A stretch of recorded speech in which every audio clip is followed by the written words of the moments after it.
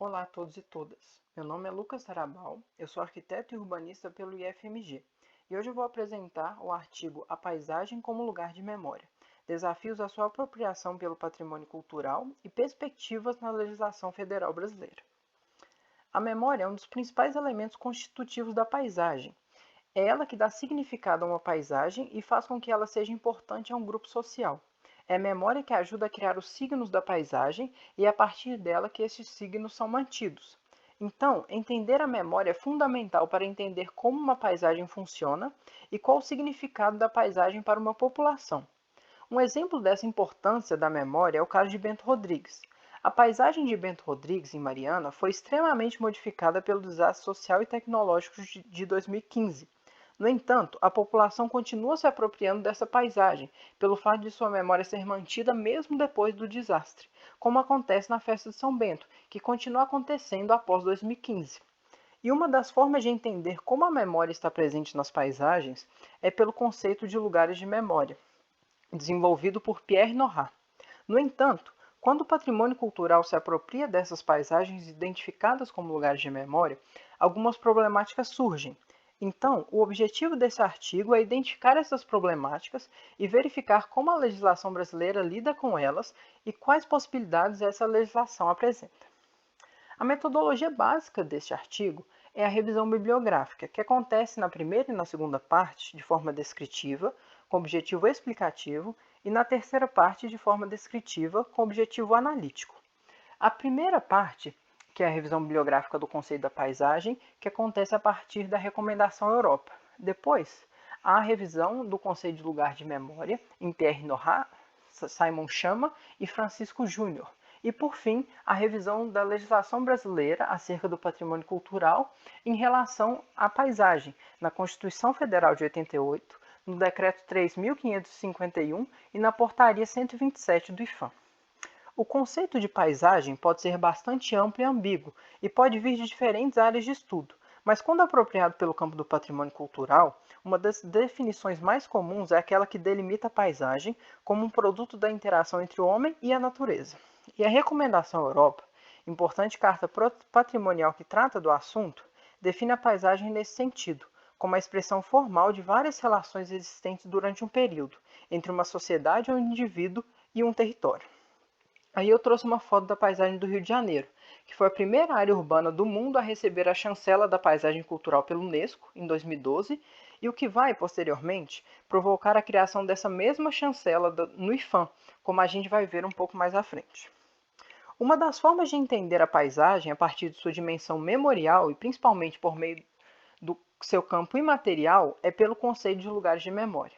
Nora vai desenvolver este conceito no artigo Entre Memória e História, de 1993. Os lugares de memória são lugares onde a memória vai se cristalizar em uma tentativa de se proteger de sua apropriação por parte da história. Portanto, eles são as sobras da memória que existia de forma viva nas comunidades.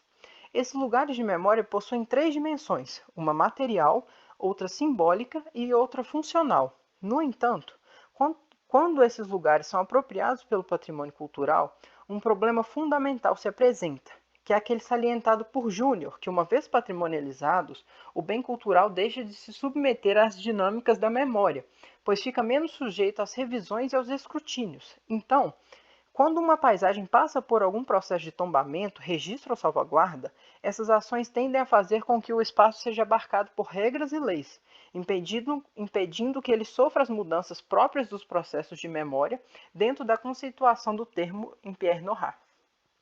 Apesar dessa problemática, a legislação brasileira apresenta algumas possibilidades para que essa apropriação pelo patrimônio cultural possa considerar o dinamismo da memória nesses lugares.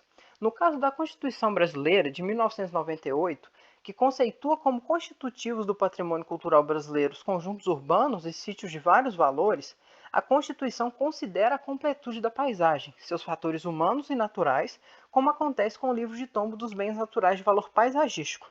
A Constituição também traz a possibilidade das paisagens serem entendidas tanto em sua dimensão material quanto imaterial. O Decreto 3.551, por sua vez, também traz algumas possibilidades para a paisagem. Esse decreto institui o registro de bens culturais de natureza imaterial e institui como um dos livros de registro, os lugares. Assim, é criado a possibilidade para que a dimensão imaterial da paisagem seja entendida como um espaço onde se concentram e reproduzem práticas culturais coletivas. O livro de Tombo dos Lugares, que é onde as paisagens geralmente se incluem, destaca sua representação simbólica e narrativa, a construção dos sentidos de pertencimento, a memória e a identidade dos grupos sociais. E um dos aspectos fundamentais da instituição do registro é a necessidade que ele determina de serem feitas periódicas avaliações dos bens culturais registrados a cada 10 anos. Essa determinação, que é fundamental aqui, faz com que as modificações que a memória provoca na paisagem sejam entendidas e avaliadas dentro das construções e materiais da paisagem. Assim, com essa reavaliação, o registro da paisagem pode ser modificado, com os acréscimos e diferenciações trazidos pela memória, o que incorpora o dinamismo fundamental da memória em uma paisagem. Por fim, é importante trazer a iniciativa da Chancela da Paisagem Cultural Brasileira. A portaria que institui vai definir a paisagem cultural como uma porção peculiar do território nacional, representativa do processo de interação do homem com o meio natural, a qual a vida e a ciência humana imprimiram marcas ou atribuíram valores. Notem aqui que é uma definição muito próxima da Recomendação Europa, que foi muito influenciada para esta legislação. Essa legislação também é interessante para as paisagens identificadas como lugares de memória, porque ela também traz a necessidade das avaliações periódicas, a cada 10 anos pelo menos, e a necessidade de serem produzidos relatórios de monitoramento do bem, que é gerido pela instância material do IPHAN. Portanto, há uma aproximação da instância material e imaterial, o que talvez seja fundamental para a manutenção dos lugares de memória, e principalmente pelo artigo 3º dessa lei, que considera o caráter dinâmico da cultura e da ação humana sobre as porções do território.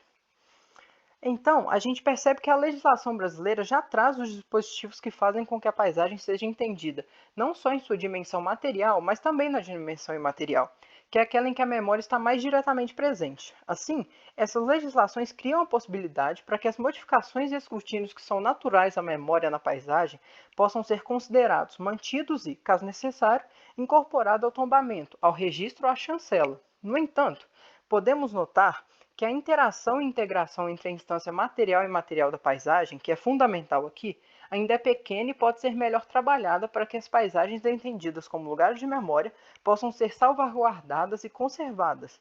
E mesmo que a legislação que exista ainda é pouco usada, como é o caso da Chancela da Paisagem Cultural Brasileira, que possui grandes possibilidades para o entendimento da dimensão da memória nas paisagens. Então é isto. Essas são as referências que utilizei nessa apresentação e no artigo. Eu agradeço pela atenção de vocês e convido para que possam ler o artigo. Muito obrigado.